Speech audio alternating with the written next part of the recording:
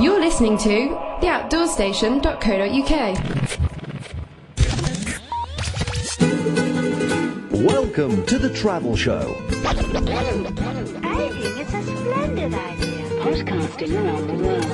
The UK's best podcasting show for world travellers of all ages.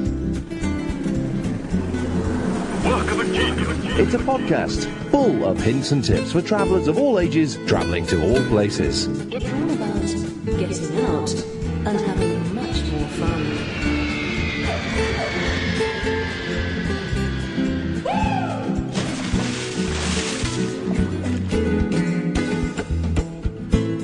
Hello and welcome once again to the Travel Show. And in this podcast, we're on the road once more, reliving the experiences of Fergus Brown, who chose the more exotic destination of Fiji for his gap year trip in 2004. He was particularly interested in marine conservation at the time, and so the offer to combine this with diving and the location of a small island somewhere in the South Pacific seemed like the perfect project. I wonder why.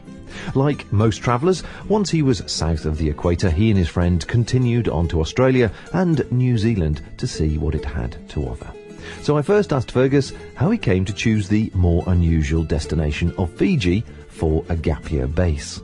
Well, yeah, no, you're right. I don't know loads of people who've been to Fiji on a gap year, but I think it stems from when I was younger. My dad's sister and her family, they lived out in the South Pacific Islands, around the Solomon Islands, and they lived in Fiji for a while before moving to New Zealand. And I think that whenever they came back, they would show me photos of what they've been doing, diving they'd done. They're all quite keen scuba divers, and I was just really amazed by it all. And I'd always fancied to go. And we were planning to go in 2001, but they had some political trouble, so we couldn't get insurance, couldn't go. So I thought that a gap year would be a perfect way to make up for that and make the best opportunity of it and head out to Fiji. That sounds great. The conservation project that you went on, tell me a bit about that and how you actually came to choose them. Okay, well, I went with a company called Coral Cay Conservation, and they're a charity set up about 20 years ago. And basically they have sites all around the globe that change all the time. They're always setting up new ones, and they're trying to set up marine protection areas and wildlife protection areas in rainforest and coral reefs. And I chose them because my sister had used them, had been on a trip with them a few years previously, and she'd had a great time with them and highly recommended them. So I thought, why not? Why not go with them? So yeah, it was good. You didn't travel on your own from here. You went actually with a school friend. Was that just pure coincidence that he wanted to do the same type of thing? Yeah, basically. I mean, I went with a friend, Sam, who's been a good friend of mine for a while now, and we both wanted to take a gap year. So that was the first coincidence, and then we both enjoyed scuba diving. We both learnt already. And this seemed like the perfect thing to be able to do, spending a couple of months on a desert island scuba diving every day. It seemed like too good an opportunity to miss. So we decided to go for it. The diving aspect, though, for anybody listening to this, if you'd already learned to dive, I presume if you approached them to do this, go on this conservation, they would teach you how to dive, would they? Yeah, they do. They have a week's course that you can go out and do before you start your surveying and taking information. So yeah, they can teach you to dive. You can go out never having been in the water before, and you'll be fine. But yeah, we luckily we'd already done our diving, so it was fine. But yeah, it works out at really good value as well for money to learn how to dive there. So yeah. Okay, let's actually move on to describing the island itself, because we've just had a chat about it, and it certainly sounded slightly basic, I think would be a good description. Just first of all, tell us the name of the island and describe the sort of setting, if you would. We were on an island called Castaway Island, which is in the Mamanutha group of islands, just off the mainland.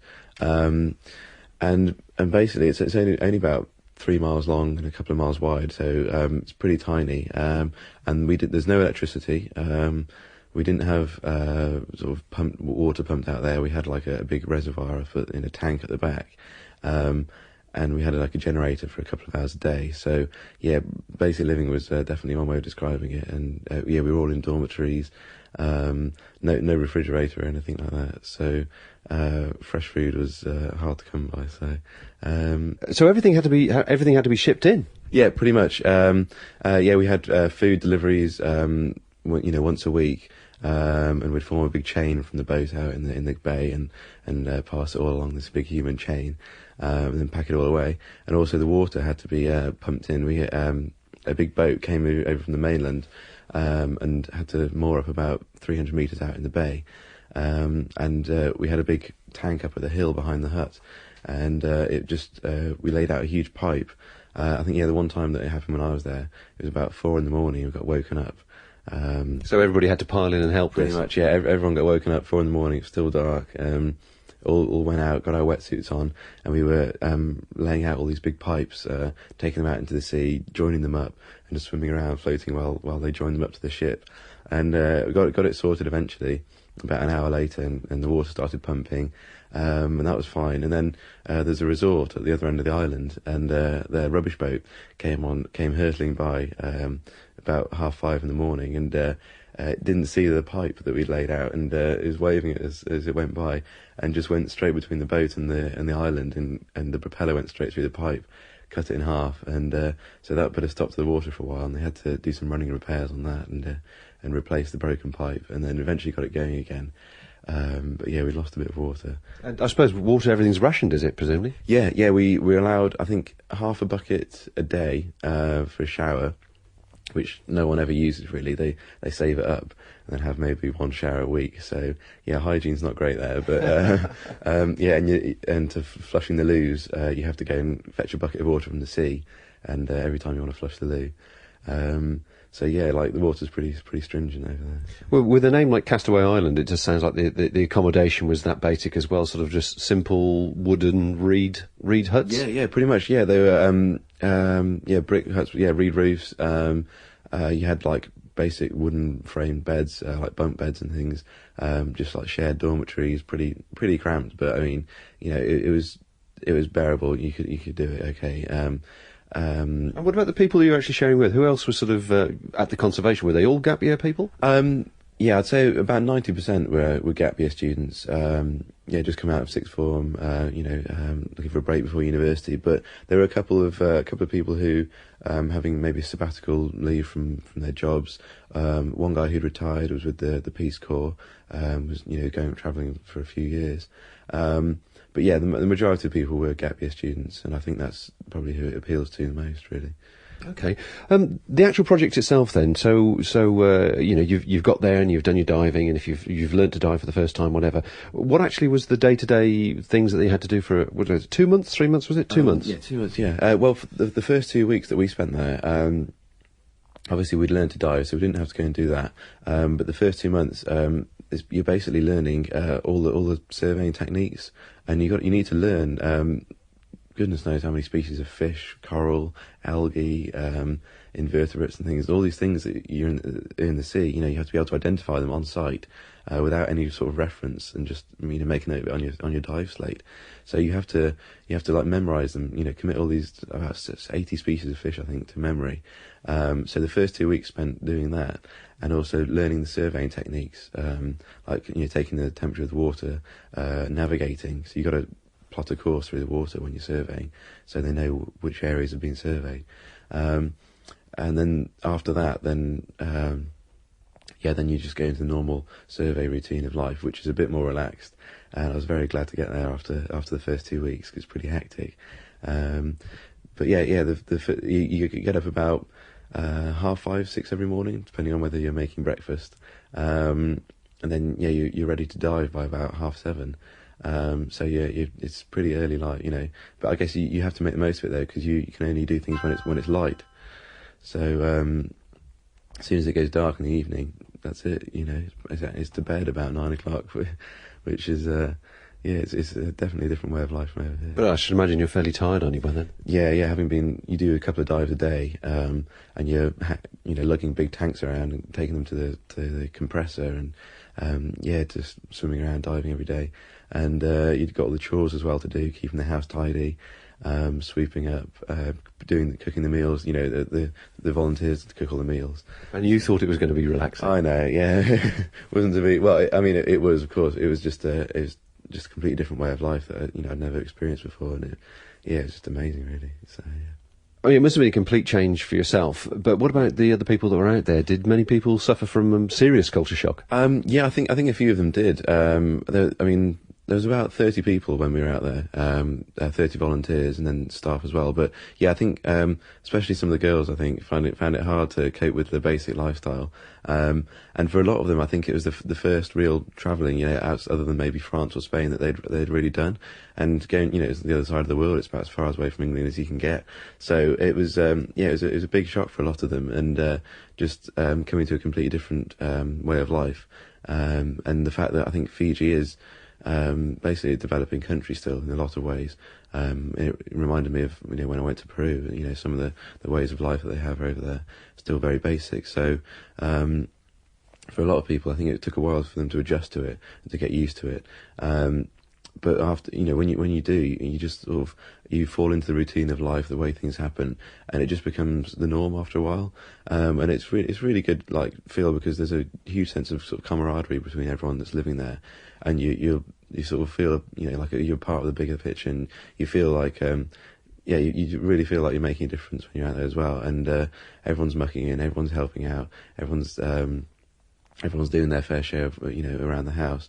And no one's scringing off anyone else, and it's just really good. Everyone's share alike. So the culture shock part of it, and the people that perhaps experience this for the first time, and will experience this sort of thing for the first time, do you think it's of benefit to them generally? Yeah, I think so. If I have anything to go by, then definitely. Yeah, I mean, I've definitely benefited from it, and I think that you see when we're out there, you get the new people turning up, every couple of weeks, and it's interesting watching some of them change. They come out here and they're really shy, and quite nervous about the whole thing, and maybe a bit homesick as well. Coming to a different place, not being with anyone they know, and then suddenly they change after a while, and they come out their shell, and they just mature. They grow up. They just change as a person, which is really interesting to see. I didn't realise you said that continually they were updating people. Yeah, all the time. When we went out there were people there, and they're leaving all the time. You can select how long you want to stay. You can stay from, I think the minimum is 4 weeks, and then you can stay as long as you want. Some people are there staying there for 7 months, which it's good for them. I say, I would if I could afford it, but so there's people coming out while we were there. They come out, they learn to dive, and then they have the science weeks, and then you go, and it's good because when the new people come out, the old volunteers, they teach the new volunteers. So you're teaching, you're taking them out on dives, you're pointing things out and writing on your slate, meaning that's such and such a fish, and then they're learning from you, and it feels like you're sort of completing the cycle in a way. So you go out, you learn how everything's done, then you put it into practice, and then you do your own surveys, and you're collecting data, and then you get new volunteers out, and then you're teaching them how to do it, and you're sort of completing the cycle. And it's all just a big sort of everyone cooperates and it gets done. Yeah. The overall data collection and the work that you were doing, did you feel that you were making a big difference somewhere to a bigger plan, or was it just a small part and you were just being kept busy? Sometimes you did feel like you couldn't really see the overall picture. Yeah. Sometimes you couldn't, and it was at times you did feel a bit down. You felt absolutely knackered, with everything you're doing, all the diving. But then when you think about it, when you start actually analysing the data and you're collating it into these forms, it then gets all sent off to London, and it's further analysed in London. And one of the science officers who works in London came out to visit us, and just to give us an update on how the project was going. And the one in Fiji's been going for about 3 years now. And when it was set up, they hoped to establish a couple of marine protection areas around the coral reefs in Fiji. But I think they've already set up 3, so it's going much better than they hoped it would.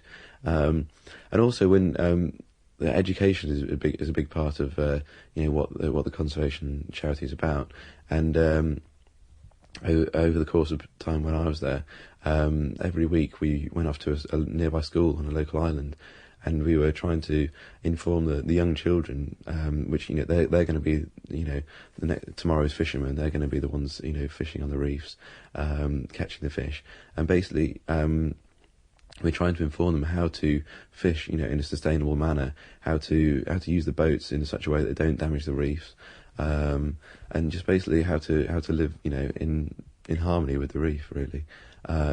Because a lot of it's down to damage from fishing, overfishing, and just sort of simple lack of education. People don't know that they're damaging the reefs. So just informing them and telling them how to do it. It's their livelihood as well. Isn't it? Yeah. And in the long run, it'll benefit them just as much, as anyone else. So that it's beneficial to them. So when the guys came out with the information they collated from London, then did it give you a better picture of what you'd been achieving? Oh, definitely. Yeah. I mean, they showed us, like, they had a big book, and it had like the data. Obviously not the stuff that we'd sent off to London, but you could see like the format that had been sent off, and you could say that's data we've been collecting here, and that they'd use that. They'd put it into a big computer somewhere and then run some analytical program and worked out the best area for marine protection, marine protection site. And then they then set up meetings with the chiefs, local tribesmen who still own the land. It's still done on a tribal basis in Fiji, and try and come to some sort of agreement and some sort of arrangement over setting up these protection areas. And he was telling us about how well it'd gone, and how they've set up the three already, and it's good to see, because the information that we collect, obviously it's vital to that process, and it really does make you feel like it wouldn't be going without you. You're part of it, and it's part of something bigger. Definitely, yeah. Just moving slightly, I know of people listening to this that haven't done diving or lived on an island, desert island, which sounds like a lovely thing to do for a few months. Presumably the medical part of it is important. There must have been occasions where people have either trodden on things or been bitten by things, or diving itself. It's not exactly 100% safe hobby. Can you give me some idea of the sort of medical support you get and any incidents that happened? Yeah. Well, I mean, as you say, it's diving isn't 100% safe, but there are a lot of dangers on the island. I mean, there's a huge number of poisonous animals and fish and shells and things like that you get out there, and we're like fully briefed on those before we go. And obviously we're all by the time we start surveying, we're all divers, so we're aware of the risks. But I mean, there's still accidents will happen, and I think there were 3 medical staff on the island while we were out there, and they're there's one of them's a doctor, and there's a couple of nurses, and they're there just to help with any incidents that happen, and they do. I mean, you always think it's never going to happen. It's always just something. They warn you about it. But one of the guys on a dive, he was coming up, and I wasn't buddied with him, but he suddenly started getting headaches. He was feeling really faint, and he wasn't diving very well. And he came up to the surface, and he was pretty much passed out, blacking out at the top when he got to the water surface. And he basically suffered from some decompression sickness, which it's not great really at all. So he was rushed off back to the island from the dive. The doctor, saw him and instantly, recognised it for what it was.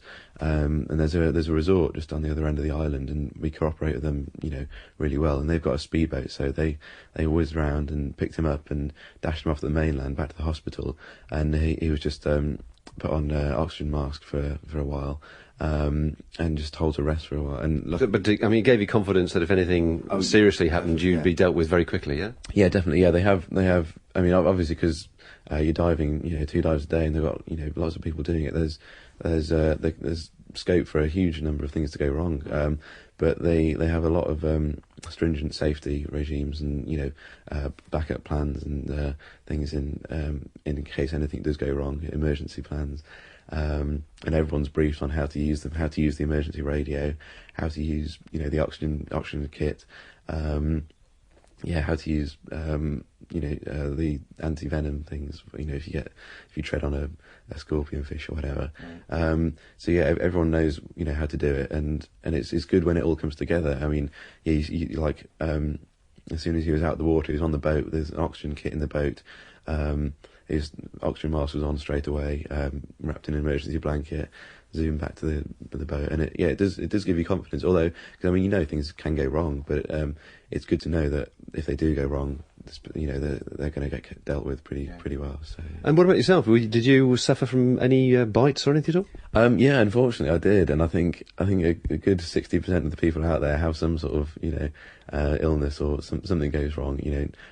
Just because of maybe the hygiene or whatever, the lack of hygiene it's not great. So things often go wrong. And with diving, one of the common illnesses is an ear infection, because the pressure changes. Your eardrum's constantly moving, and also with the heat of the water is about 30 degrees Celsius, so it's like in a bath. And the corals and the fish in the sea, they're basically pooing all the time, and so there's lots of bacteria in the sea, even though it's crystal clear, and so the heat and the not washing all the time is perfect breeding ground. So I got a pretty bad ear infection which lasted a week, and so I was on a course of antibiotics for that. And then mosquitoes were also a bit of a pain in the arse, because I had a few bites around my ankles, and although you don't scratch them, you knock them on things and try not to scratch them, but you do sometimes, and they get infected so easily. So many people had them, and they just turn into they're horrible, they get all pussy and go into big sores, and they all sort of open wounds, and they're pretty nasty. I think I've still got some scars from them. So the doctors, the medical staff are invaluable when it comes to that, and I was on another course of antibiotics for those, and they were putting bleach on them as well every morning, which fizzes away, and it looks great, and it smells awful. So, I did have a few illnesses, and it wasn't great, and I did have to miss a few dives, but it's part and parcel of the whole experience, I felt, and looking back, I wouldn't change it at all. So no, it's fair enough. Okay, well we've talked about Fiji now. Then you were there for this conservation project for 2 months, and then I gather you and Sam then continued your travels and went on to New Zealand for a couple of months, and then Australia for a month. Now I presume from the notes that we were just making in the chat we were having about it, basically you were bumming around.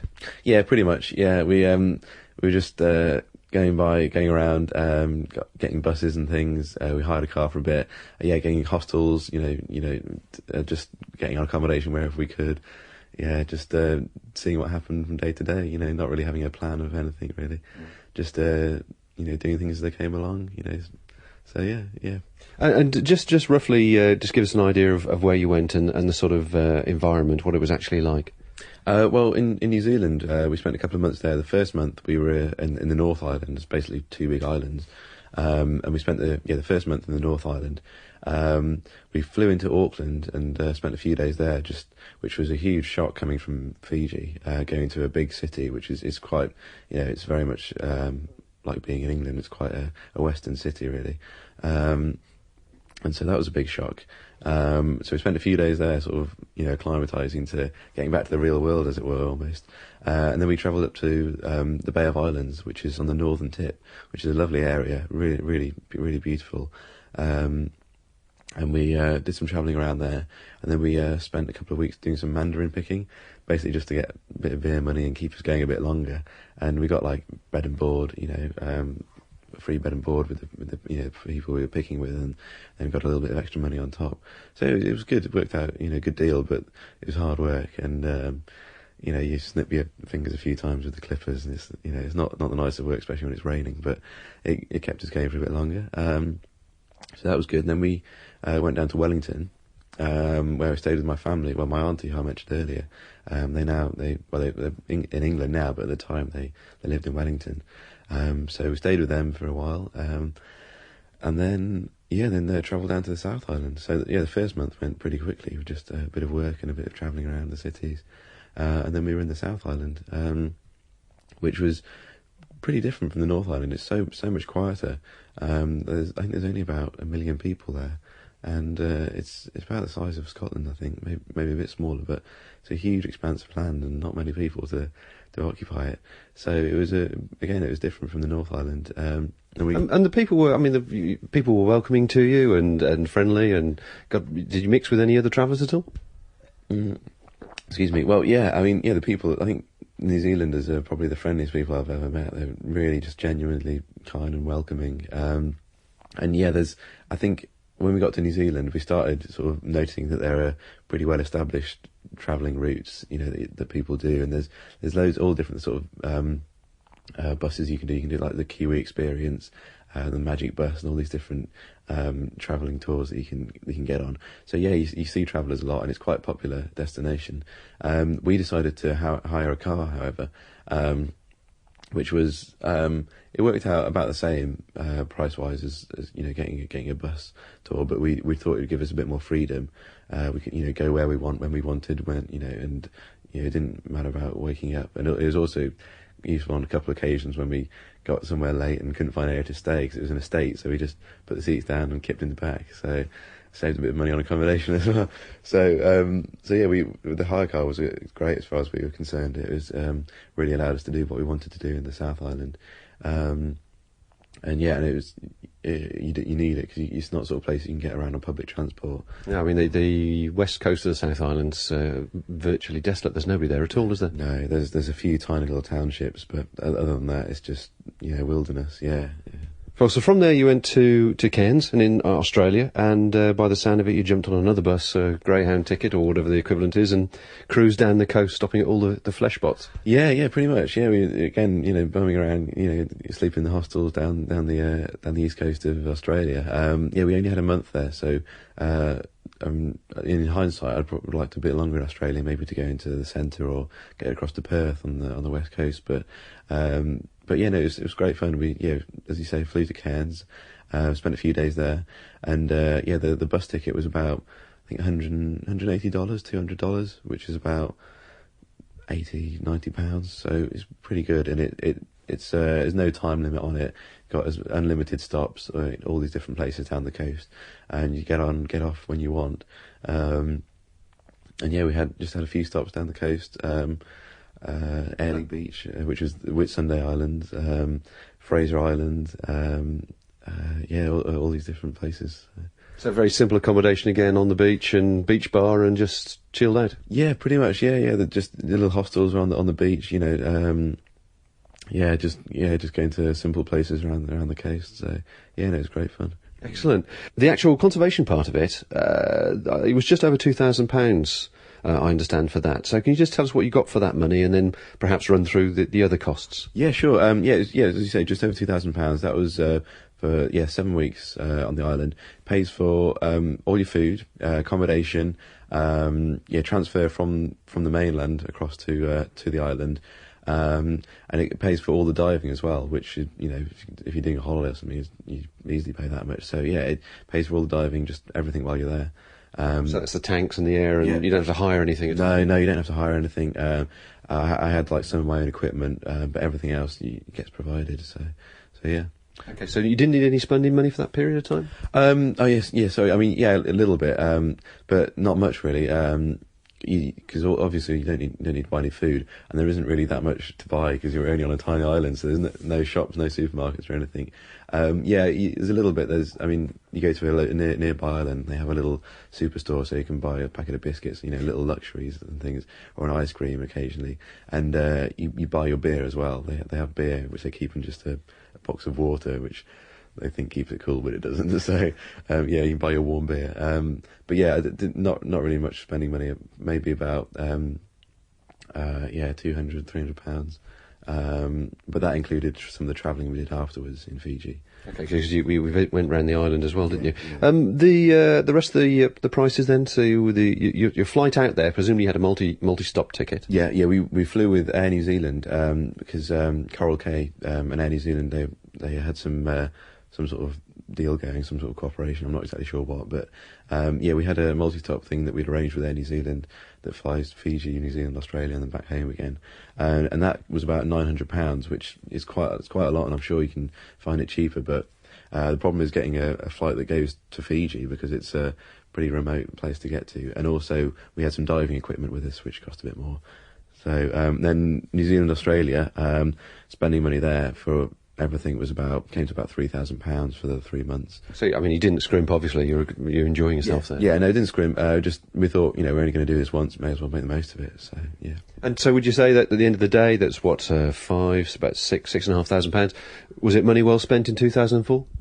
Yeah, definitely. Yeah, I wouldn't have changed it for the world. I don't regret doing it, and most of it I earned off my own back working in a rope factory. So yeah, definitely it was worth doing that. So yeah. Okay, well, just to finish off, what I'd like to do is just perhaps ask you about the things you took with you, because a lot of people, when they're packing for their gap year trip or world trip or whatever, always sort of hard to make decisions about what you put in the rucksack and what you leave out. So just tell us what sort of bags you took with you and the amount of stuff, if you would, and also what could you have done with, and what really should you have left behind. Okay, well, yeah, I had a 65-litre low alpine rucksack thing, and that was it basically. I had a smaller little day sack as well, which I carried around just for when you're flying things.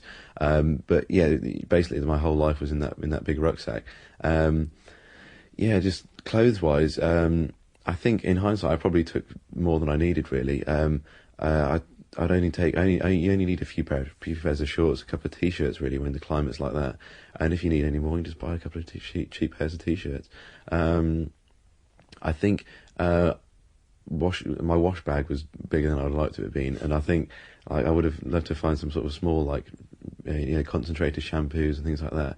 And the thing that I was annoyed about, a lot of people had these travel towels, and I didn't, and they look really good, because obviously they're tiny and they're really good. They dry quickly as well. I had a big, normal, sort of bathrobe thing, and that wasn't great, and that took up a lot of space in my bag. Another thing I found indispensable was just a tiny little Swiss Army knife, just a mini pocket one. Just had a pair of scissors on, which were great for just trimming your nails, just cutting things, little knife, and just opening the warm beer, of course. Exactly, yeah, definitely. So yeah, that was indispensable really, and other equipment, plastic bags were always useful when you got wet stuff, or if you it's raining, and just something to put over your bag to keep it dry really. So yeah, and mosquito net as well. That was the other thing that was really useful. Yeah, if you're camping out or something, if you're sleeping out under the stars, then you definitely need one of those to try and stop you getting bitten. So. Well, Fergus, it sounds like an absolute fabulous trip. You had a great time. For anybody that's taken particular interest in the Coral Cay conservation, where do they get more information about it? They've got a great website on the internet, which is really useful, and it gives you. They've got like people's diaries, expedition diaries, that tells, it's sort of like similar to what I've just been saying. It tells you about day-to-day life. They've got photo galleries there about all the different expeditions. They're not just in Fiji, they're all over the world. So it gives you some good information, tells you what they do, what they're all about, prices, dates and things like that. So I definitely recommend having a look on there if you're interested. The final question has to be, the trip was obviously a great section of your life. Do you feel that the gap year project itself, or the gap year time that you took out before going to university, was of good benefit to you? Yeah, definitely. Yeah, when I look back now, I just I'm really glad that I decided to do it, and I definitely matured a lot when I was out there.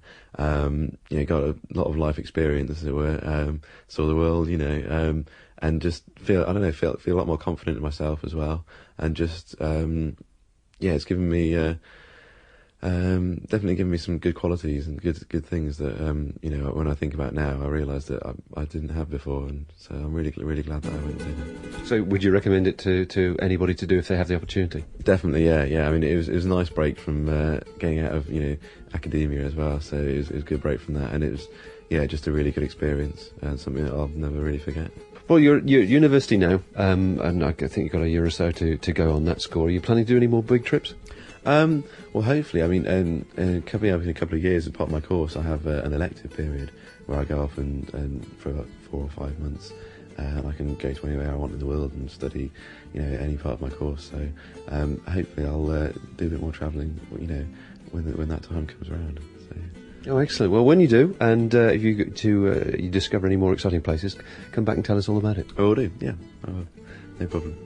Thanks once again to Fergus for taking the time to tell us about his life on a desert island. And if that conservation project is of interest to you, or anyone else looking for a worthwhile gap year or sabbatical project, more information can be found at coralcay.org. That's coralcay.org. And there's a link to it, of course, in the show notes. So until next time, folks, safe and happy travels. Find out how easy it is to subscribe to all our free programmes. Visit our website at theoutdoorstation.co.uk.